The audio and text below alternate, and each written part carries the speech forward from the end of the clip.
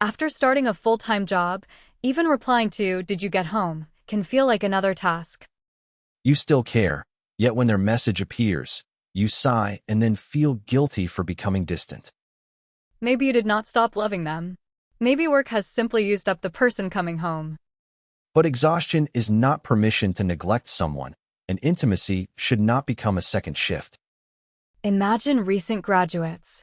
Lena begins a demanding job, while Noah keeps their old college rhythm. They used to talk until midnight, meet without planning, and turn one "I miss you" into an hour-long conversation. Now Lena commutes, revises presentations, reads her manager, and reaches home after 9 with no decisions left. Noah sends 3 messages. How was today? What should we do Saturday? Why did you answer with only an emoji? She has feelings, but every question sounds like another emotional report required before rest. What Noah experiences is different. The person who once wanted him now seems to treat him as one more demand.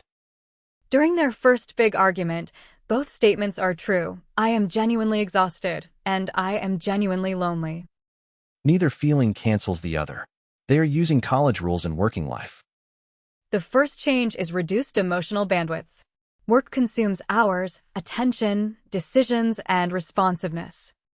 After answering questions all day, even "What do you want for dinner?" may feel like a test you could fail. That does not mean love decreased. You may not be able to translate it into your partner's familiar language. But without an explanation, all they can see is silence, canceled plans, and replies that keep getting shorter. So, "I am busy" is not enough. It describes your condition, but not how you still intend to stay connected. Try, "I have little talking energy this week, but I still want 10 quiet minutes with you before sleep." The second change is task-shaped dating. Reply quickly, plan anniversaries, create quality time, stay available. When everything carries an evaluation, romance enters the same mental list as unfinished work. Some people force dates and late conversations to prove they have not changed, then mentally disappear. Their partner receives a body at dinner but no attention, which can hurt more than an honest request to reschedule. The useful distinction is connection versus performance. Connection can be small, ordinary, and emotionally real. It might be sharing noodles, listening to one song during separate commutes, or saying, "I only have energy for a hug."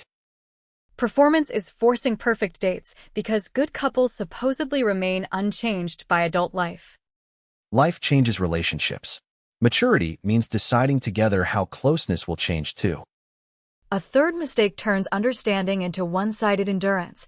One demands patience, the other hides disappointment. Eventually one thinks, "I am already exhausted. What more do you want?" The other thinks, "My needs never matter." Work pressure deserves compassion, but not indefinite silence, repeated cancellations, or emotional disappearance. To distinguish depletion from withdrawal, look for explanation, repair, and reliable effort. Occasionally missing a reply is human. Refusing every conversation and using work to close every issue is a pattern. Occasional disappointment is human. Demanding constant access or measuring love through response time is harmful. First, agree on a minimum viable connection, sustainable, clear, and smaller than perfection. During a difficult week, that could mean one real check-in daily, one work-free meeting weekly, and honest notice when plans change. The numbers are not sacred. The point is keeping the relationship from depending on guesses. A minimum is not careless love. It is a promise you can still keep when emotional resources are genuinely limited. Second, describe your state.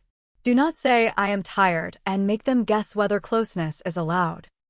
Say, "I need 30 quiet minutes, then I can call," or "I cannot analyze tonight, but I can listen."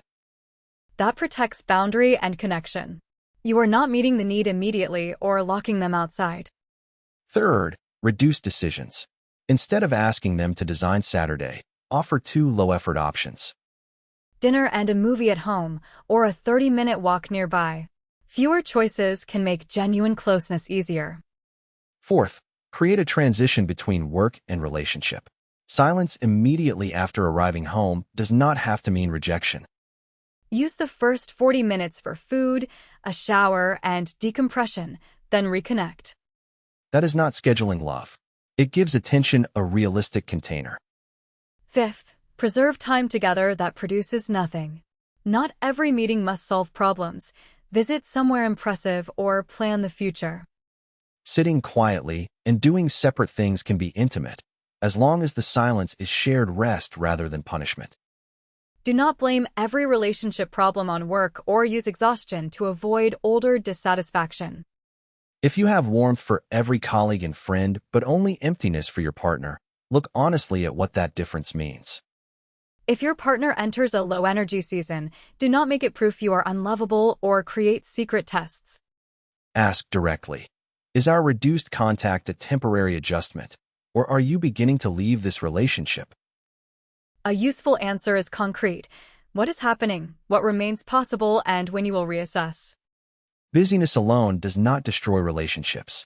Endless ambiguity leaves one disappearing and the other waiting. Love does not expire when college ends. Closeness that once grew from abundant time now needs a more deliberate design. Design is not calculation. It lets both people place energy, needs, and boundaries on the same map of real life. Sustainable intimacy is not submitting a perfect daily performance. It is still knowing how to find each other during low-capacity seasons. Has work ever made love feel like another job for you? Tell us whether you adjusted together or slowly grew apart.